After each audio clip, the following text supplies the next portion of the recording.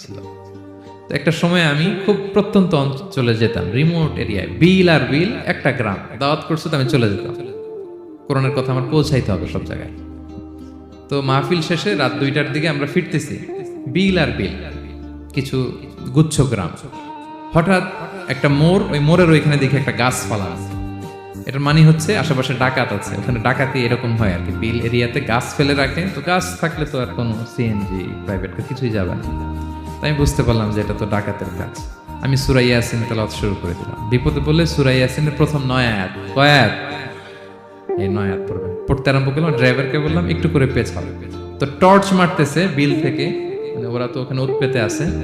আমি পড়তেছি, কিছুক্ষণ পরে ডাকাত নিজে এসে গাছ সরাই দিয়ে বলতেছে যান। মানে ও কি করবে ও নিজেও বুঝতেছে না, ও যে কি করবে, ও কি করতে হবে ওটা